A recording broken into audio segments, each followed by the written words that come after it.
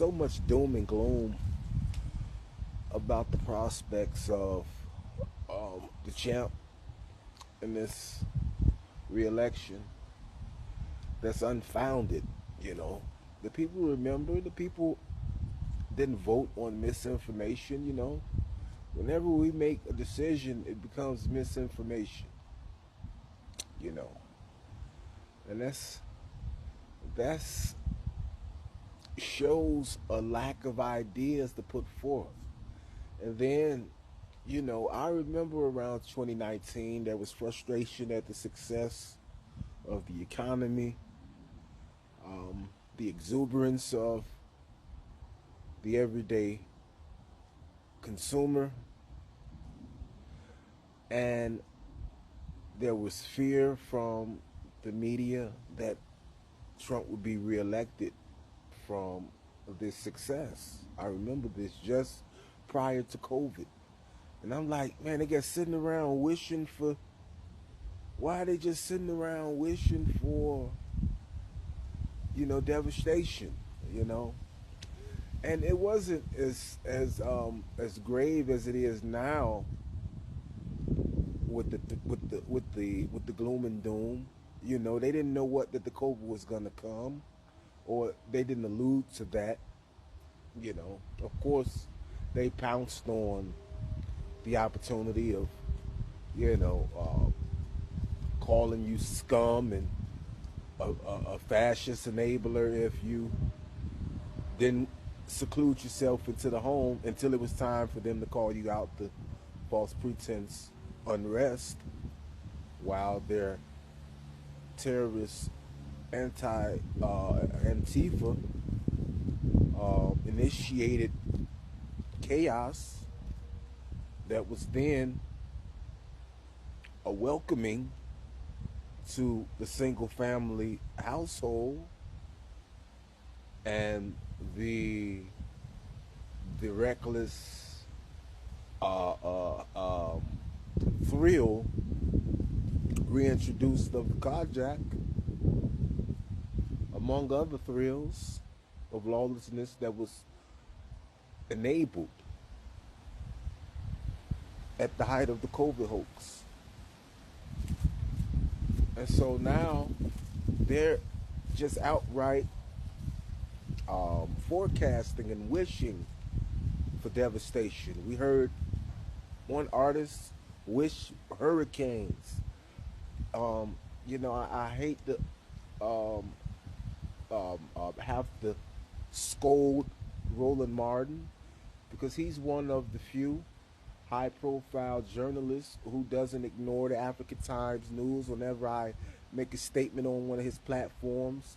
Usually it's contrary, unfortunately. But he acknowledges it. He acknowledges African Time news. I do try to find instances, obviously, to not be always disagreeable with the brother, if he's gonna be that classy to acknowledge the Pan African who others are intimidated by. And so it's a lot of hopes he did for polio. He's hoping that we're gonna get polio.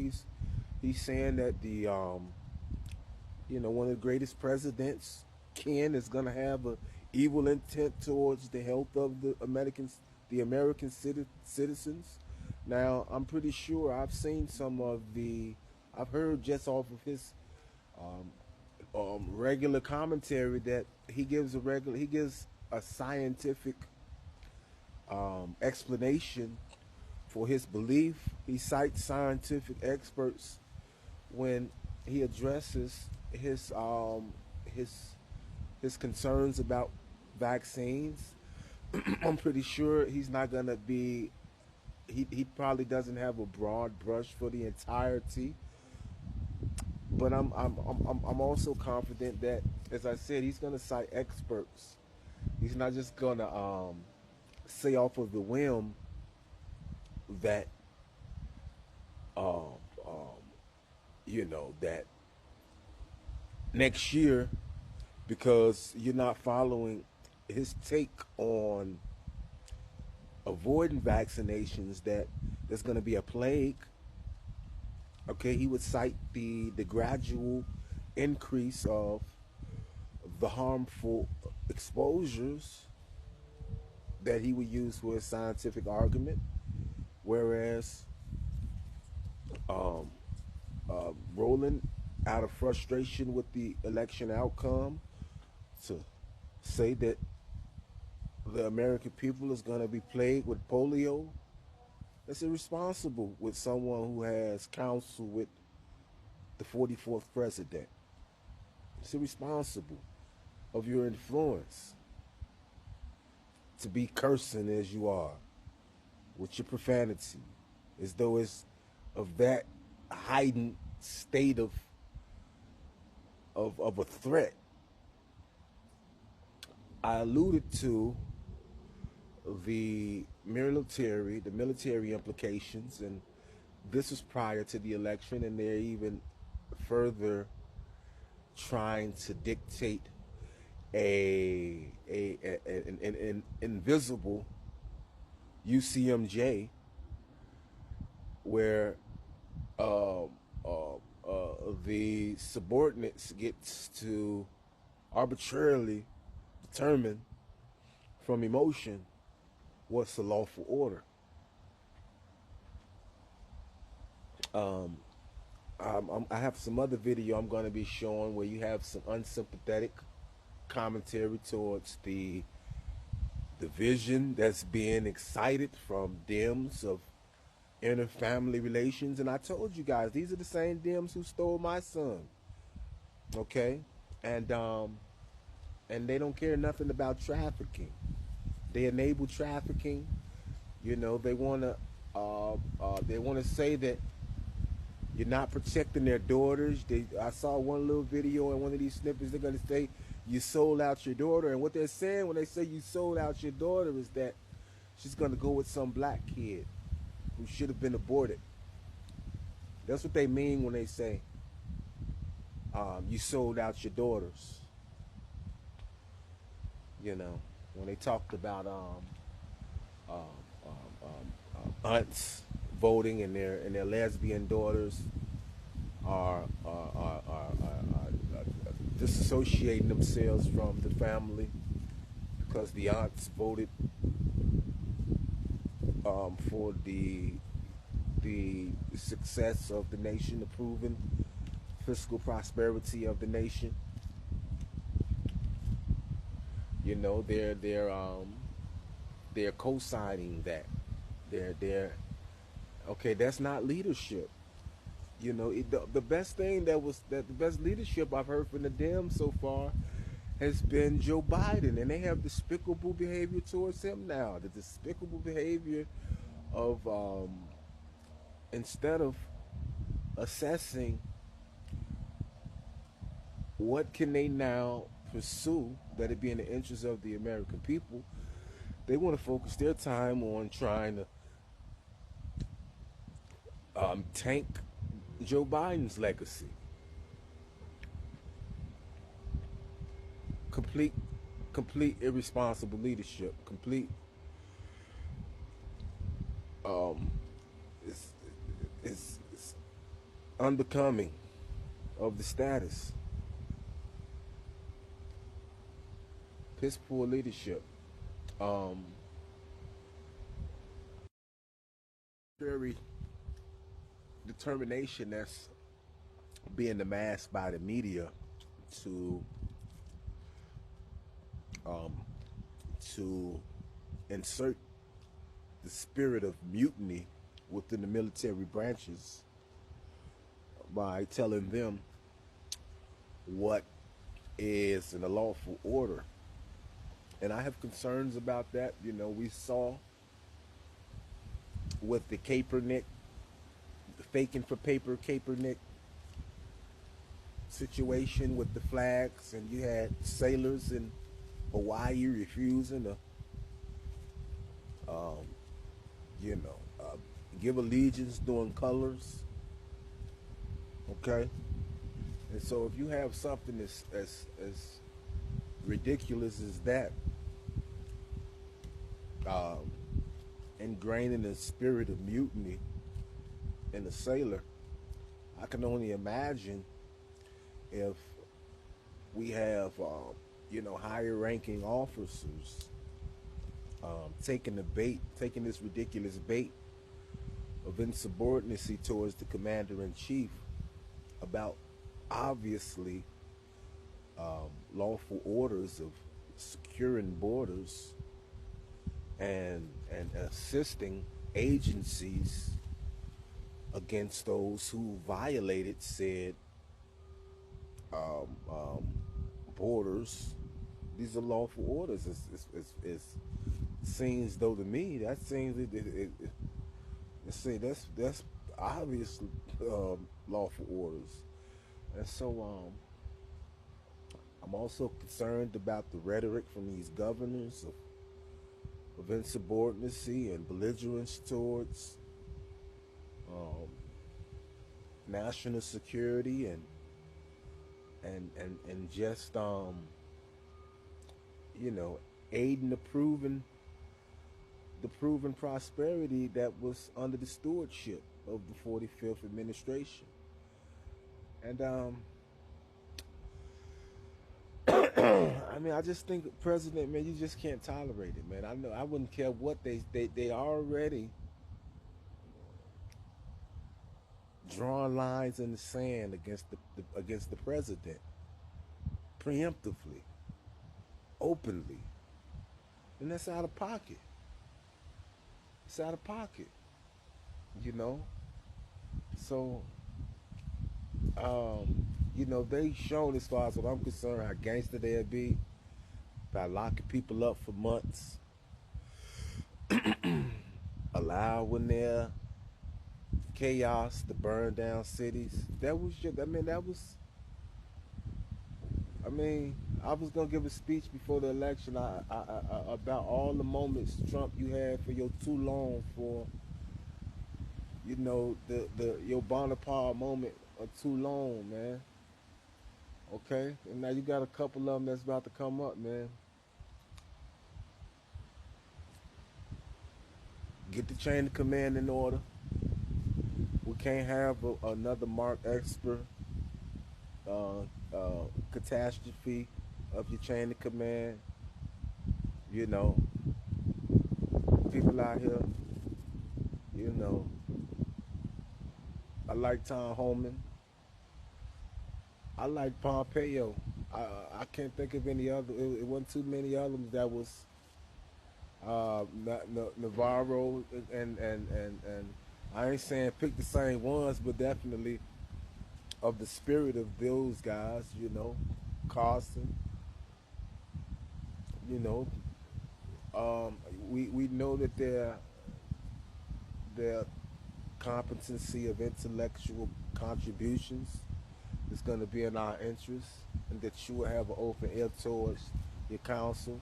But we have to have the right counsel who are going to be loyal. We can't have all this eager to stab you in the back. We need loyalists, and we need you to have the right discernment for this, so that we can limit this turnover and have a ship where everyone is in unison.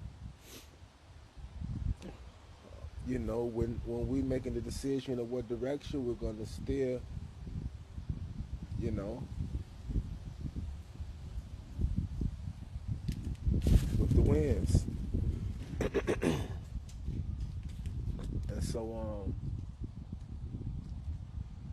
you know, we lose our efficiency. We have too much slip, if you will, with, picking all these insubordinate John Bolton types.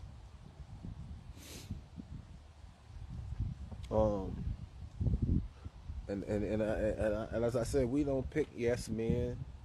We don't have to pick that, but we have to get the right, people that's gonna follow out the agenda that's been proven as successful.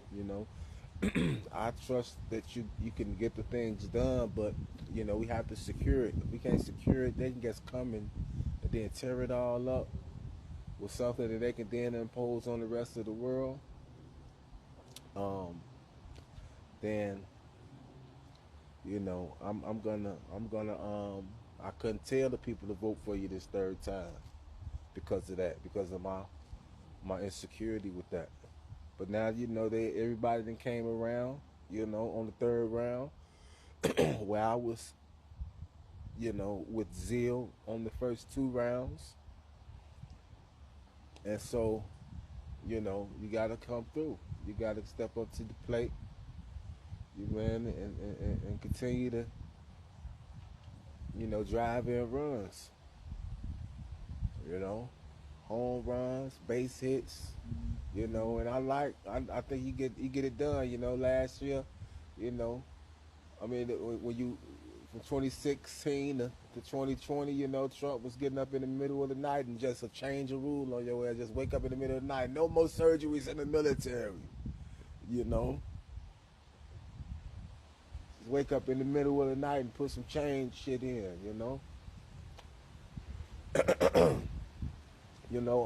Back on your justice reform, I keep saying, examine those PPPs that you unleashed. A lot of civil workers within there who being targeted. A lot of them are Dems. You know, they say I saw one of the things where they had young lady, her whole family changed. They didn't cut her off. Because she voted for Trump, and it was just she seemed so sincere and committed to her family. It reminds me of myself. And and and and to it hurts deep when you're doing what you were raised to do. It'll be values that you'll be based on, and then it'll be sensationalized things that they'll reject you. That when they reject you, and they don't have the the moral authority with why they're rejecting you, and you would not reject them. You'll accept you'll accept them with their beliefs. But now, when you have yours on the basis, they don't want. Not only can they not embrace your opinion, but they'll want you isolated. You see, and that's the worst thing they can do to you. That's the worst thing they can do to you, because for them not to have your mercy and your contributions was based in faith with substance towards your moral authority, and now they, maliciously try to isolate you. Now, they need your mercy for their healing that they're not going to have when they face that wrath from their attempts of isolation towards you. You know, and so that's the worst thing they can do. And you got to, you said you're gonna take yourself away from politics. You do that for a while. Do what you need to do to reset. We have to do what we need to do to reset, and then we get back.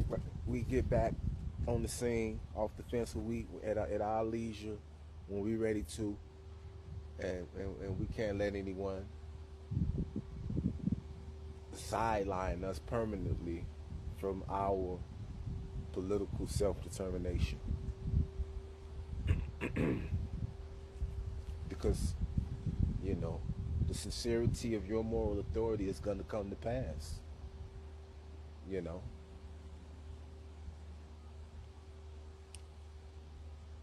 especially if it's not based within malicious isolation,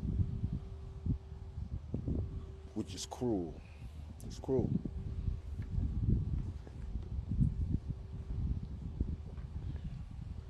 It's going to build your character.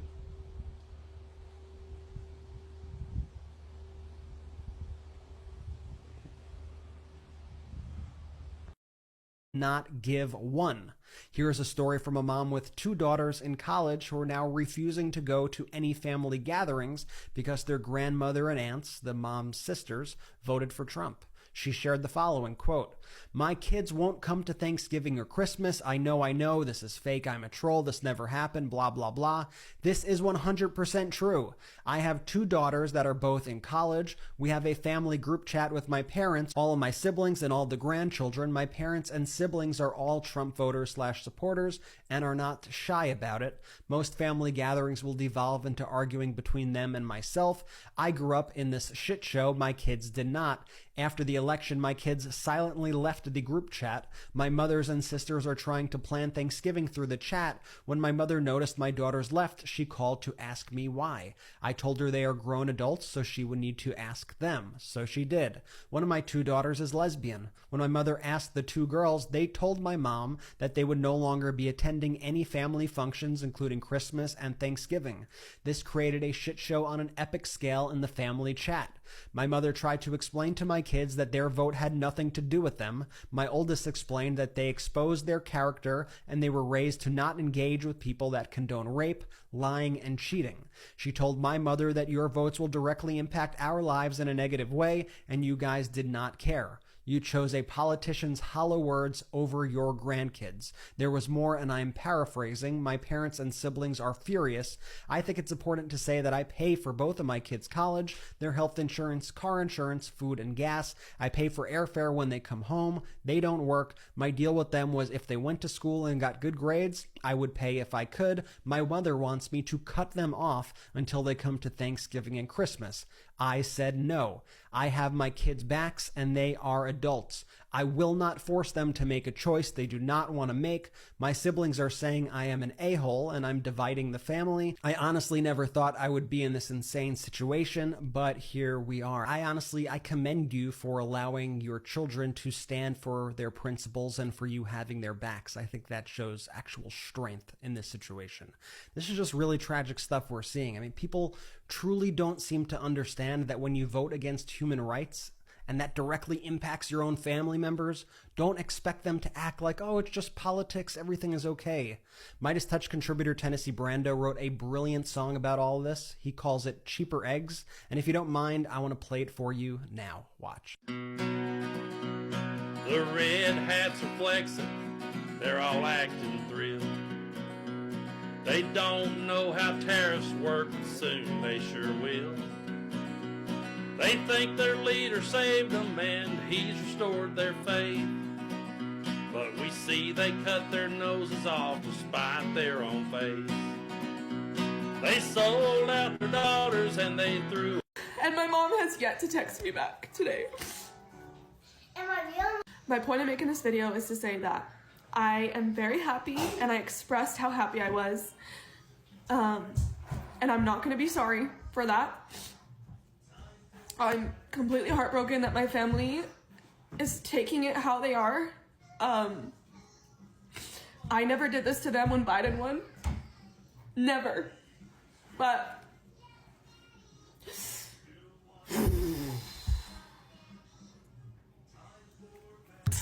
I am done with political posts. From here on out, it's back to normal. If you don't like me because of who I voted for and you have to unfollow, go ahead. My own family unsubscribed from my life, so you can too. I promise it doesn't get worse than that. You know, this is not an isolated case. The thing is, no one's rights were at risk when someone voted for Kamala Harris.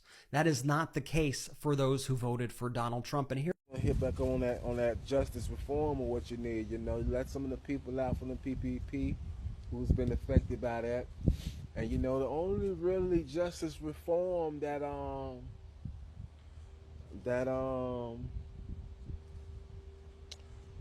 the Dems touched down on was Big Meech and I guess Young Thug. I mean, I guess at the end, I mean, that's not really. That was just a sensationalized soap opera, really. I'm gonna look at Cyrus Seti lecture. He had a much harsher take on what the plea bargain was. He had a much more harsh subtitle. I'm gonna check out his lecture and see what his take of it was. See, like he's gonna have a much harsh um, um, presentation for the public, the court of public opinion with that one, with his presentation. Um, and then they let that brother out and Big Meech. So I mean, I think another way, what I told you, your PPP. First and foremost, the January 6 Patriots. Get you some PPP pardons, some PPP pardons, and let out the street tribe founders of growth and development and the the, the, the Peace Brothers of Stone. And and that'll trump LeBron's shout out to Big Meech on behalf of Kamala for justice reform. And you know, um, there was another point I was about to make about that. Oh yeah, when with that isolation attempt that they did, they said that the commenter, he was justifying the divisive spirit that the Dems placed within the family, and he was like, um, Trump is worse because he's targeting people's freedoms. Kamala didn't target people's freedoms, and Trump was just the chief champion of justice reform that allowed the country and the government to make reconciliation from the guidelines. He had the biggest preponderance, the biggest percentage. Because I was a champion of justice reform. You'd see I can't. I can just go on. It'll be a whole nother video on my justice reform efforts. Leading up to Trump, years before Trump was making his candidacy, before Barack was even president. My justice reform initiatives go back, and so the fruition of it reached its pinnacle with the 45 administration and the the tangibles that he bragged about at every MAGA speech of how they were making an impact within the economy.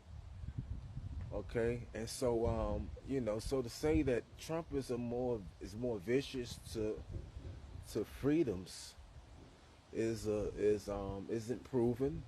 He's been the best champion of reducing recidivism and the revolving door, whereas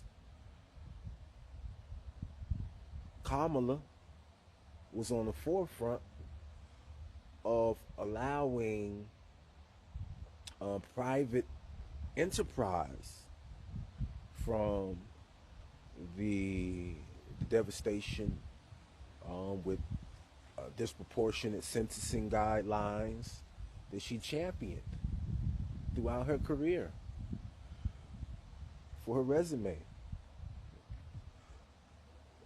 That was impeding on people's freedoms that a lot of work had to be expended towards to correct, you know. And so, so I think, again, come up with some policies. Come up with some policy, Dems. I got to think. You see, we got to think of policies. Trump gets come up with ideas every day. You have people that's come out, man. These are the 5 benefits of Trump, and we not hearing that from what the Dems gonna propose. Only thing you guys are saying is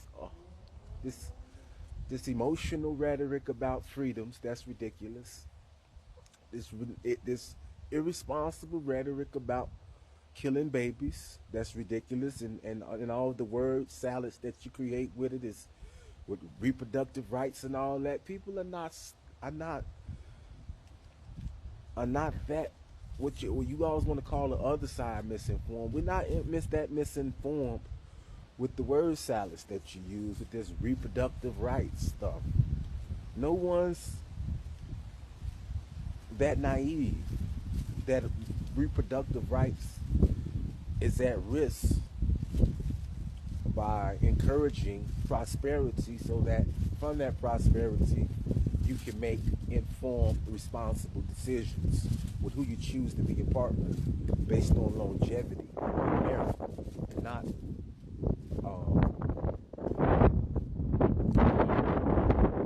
legacy killing backwardness. Okay? Legacy killing backwardness.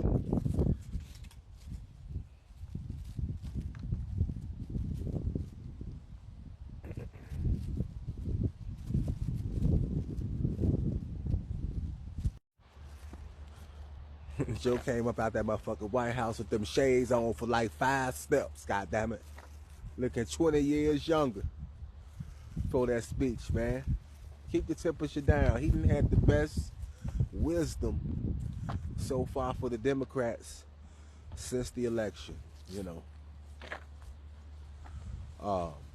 You can't just love your country when you win. You know, all of this abysmal hopes for the nation because of a loss, because of a political loss. Unfounded vitriol. Unfounded vitriol. You all can't think that you all are as reckless, irresponsible arguments and the positioning to spew this much fear about Trump is unfounded. You know, it's amazing to me as well. All of the political pundits who now are so willing to give forth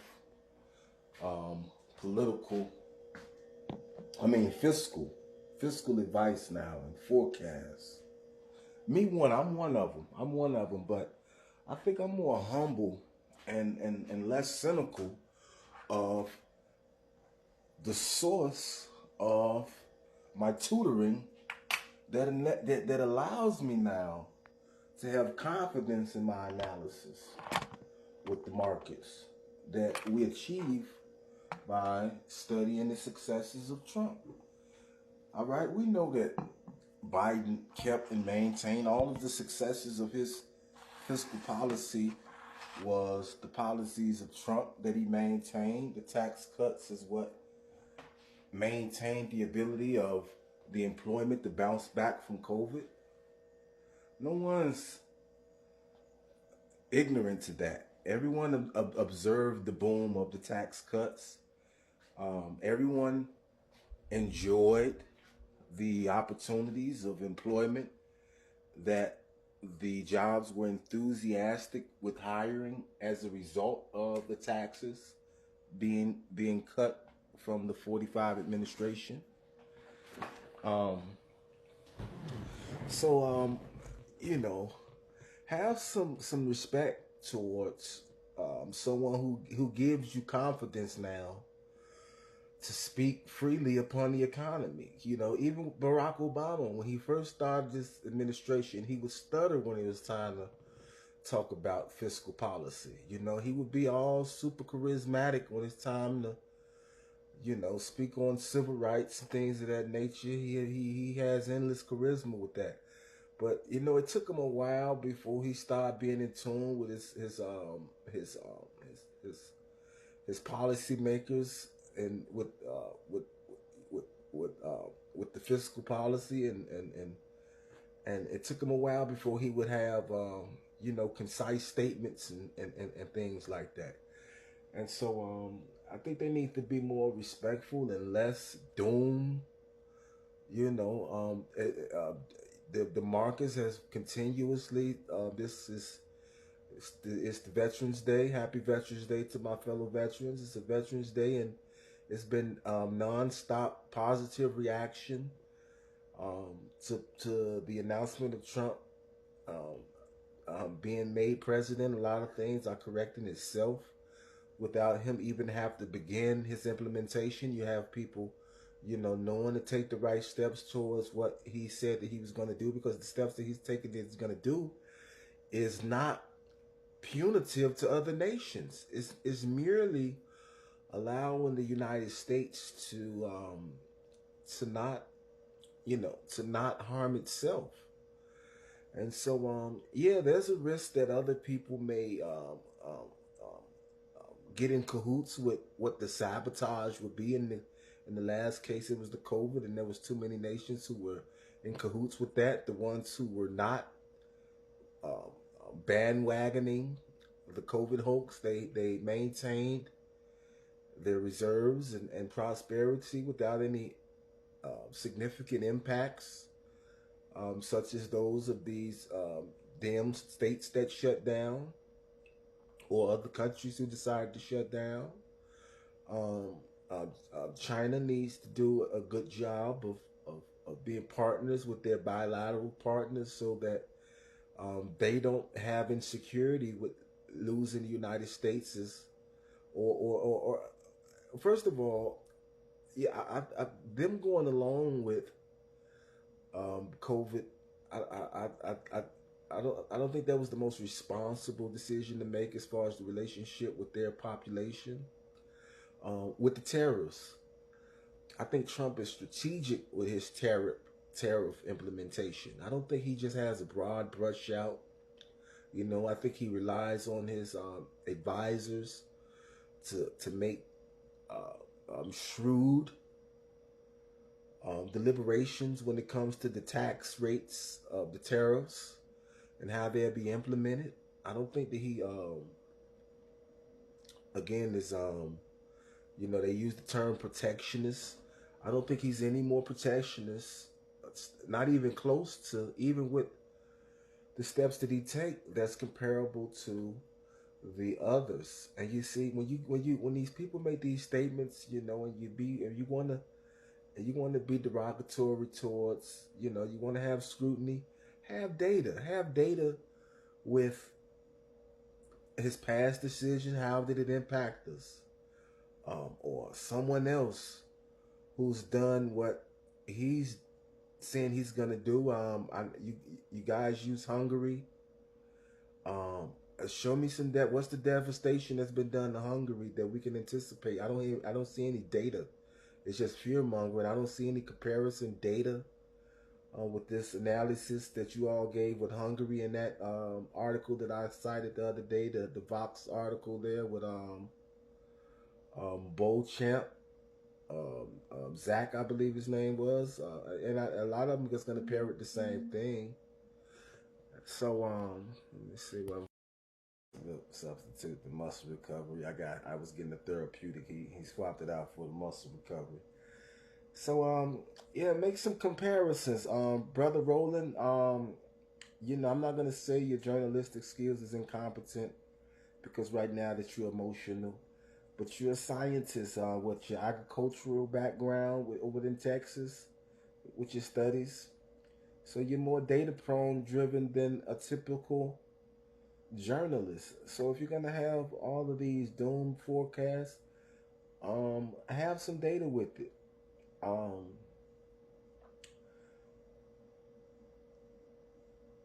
Don't encourage insubordinacy from the military towards the commander in chief. That's reckless. That's just reckless journalism.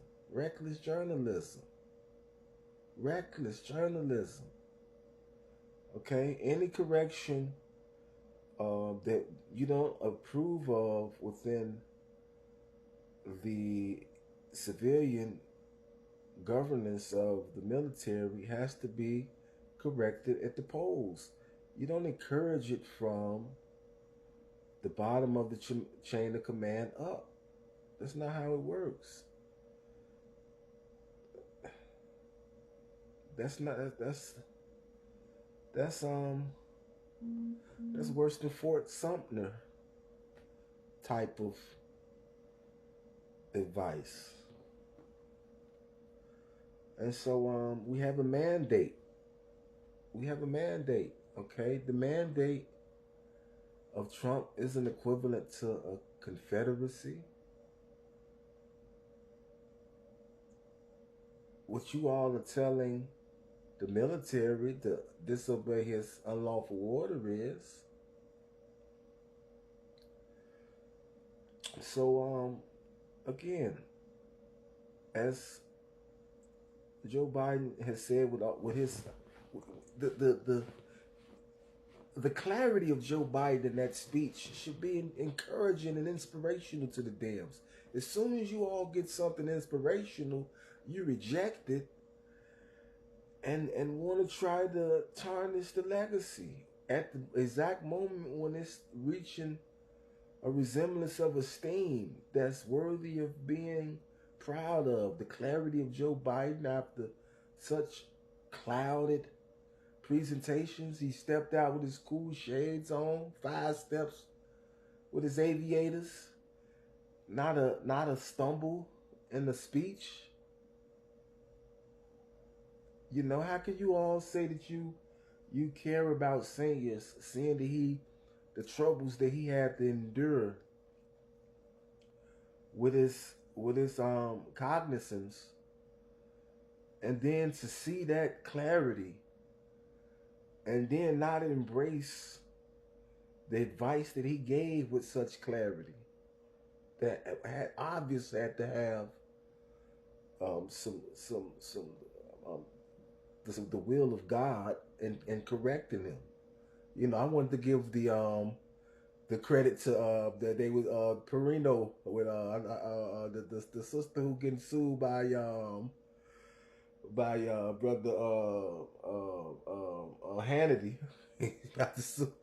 I saw an advertisement for that, and they had the Dementia Brothers on there saying, you know, they took the pills and 2-3 pills, you know, all of the dementia was gone, and it was extra clarity, and you can see the difference in them too. The pictures they had, the optics, you know, that's what you saw with Joe, you know, and Joe got up there, man, and he was looking good, and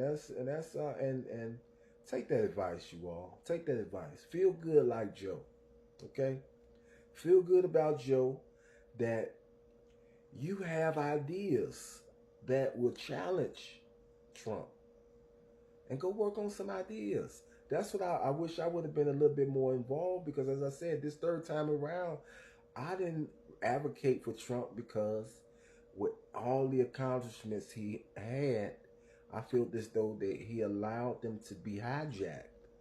And we knew the hijacking was coming. I was on alert for the hijacking. You know, I was working on my album 45 Coup d'etat since 2017. 2017. I've been working on 45 Coup d'etat. Still got a whole album, 45 Coup d'etat. Hot fire flames. 45 Coup d'etat. Okay, so you know, so I was dispirited with him allowing that. I couldn't in good faith, you know, allow him to, promote the zeal that you all have, you know, this inspiring. You know, he has a lot to live up to reward it. I think he can be up to the task, but he cannot let, you know, the brewing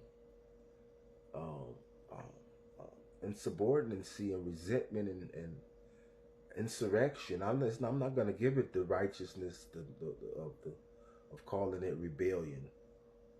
It's not a rebellion. A rebellion is grassroots. I think the people who they have brainwashed are sensationalized. You know, people who are needing counseling, basically. And this is how I say this, you know, not from arrogance, but the way the Dems treat them, as soon as they have one slight deference at a juncture of their news cycle, or if they want to offer up a sacrifice of blood, you know, for their failure, like in the case of what they're doing with Joe Biden, or what they would do with a P. Diddy, you know, to then extort the other entertainers that, hey, you're going to take this money to endorse me, or you'll get some of this Diddy action. take this funds, take this payout, which really is so distasteful. I'm surprised it's not illegal to pay for an endorsement. That sounds like something that should be it shouldn't even. That doesn't sound like something that should be legally allowed for campaign contributions. To spend to spend someone else's support to uh, bribe a endorsement of a celebrity, someone who's not briefed and engaged in policy creation and the studying of the data that's needed for measurable tangibles. You're gonna endorse. You're gonna pay them an endorsement. Why not a scientist with your reproductive rights nonsense? Because of course you're not gonna have someone of credibility to support anything of conscious logic with an abortion.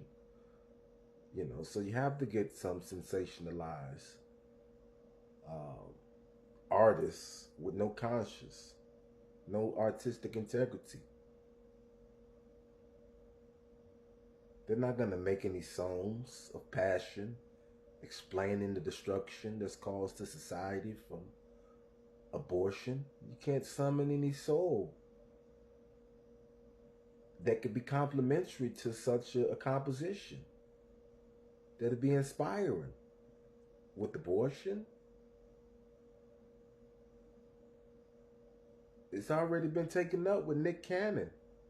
And Nick Cannon, don't get me wrong, he's not a prolific artist, but he was able to summon soul, thanking his parents for avoiding abortion. You're not going to be able to reciprocate that with an opposite argument.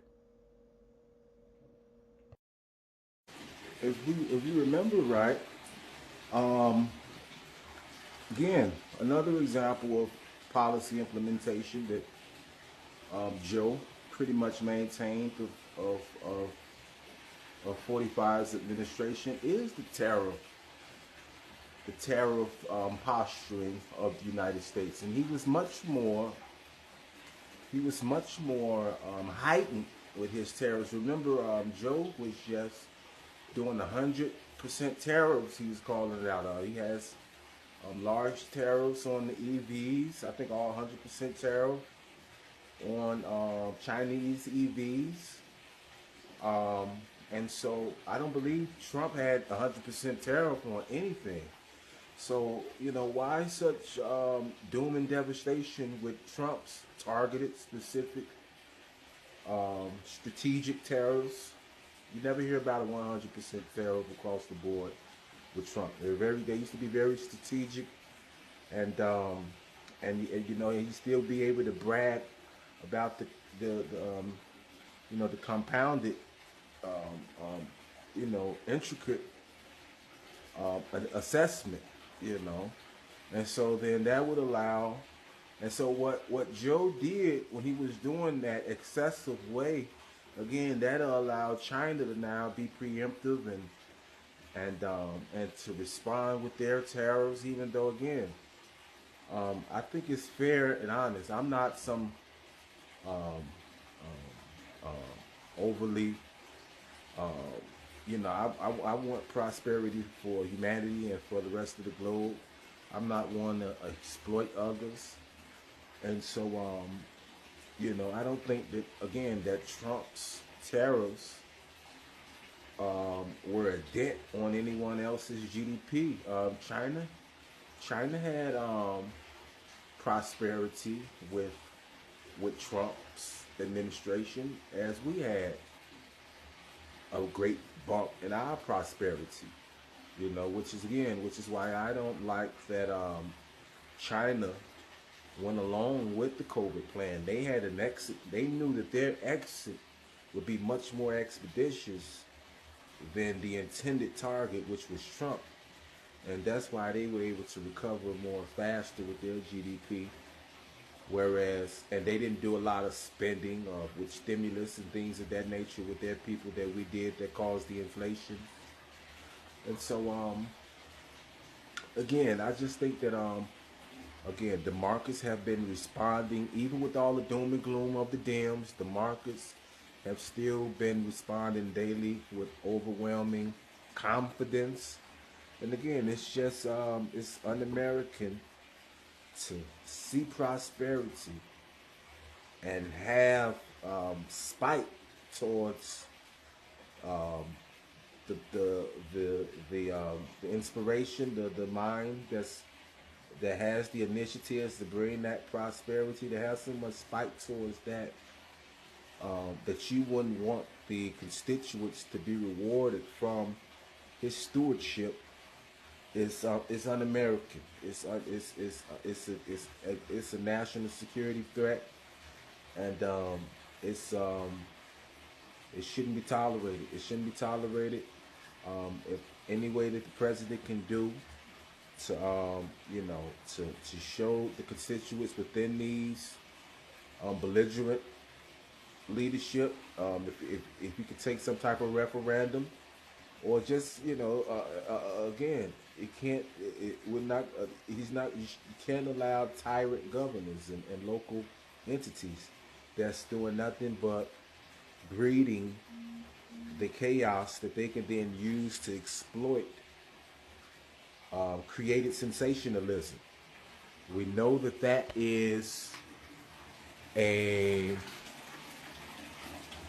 strategy. That's a proven strategy of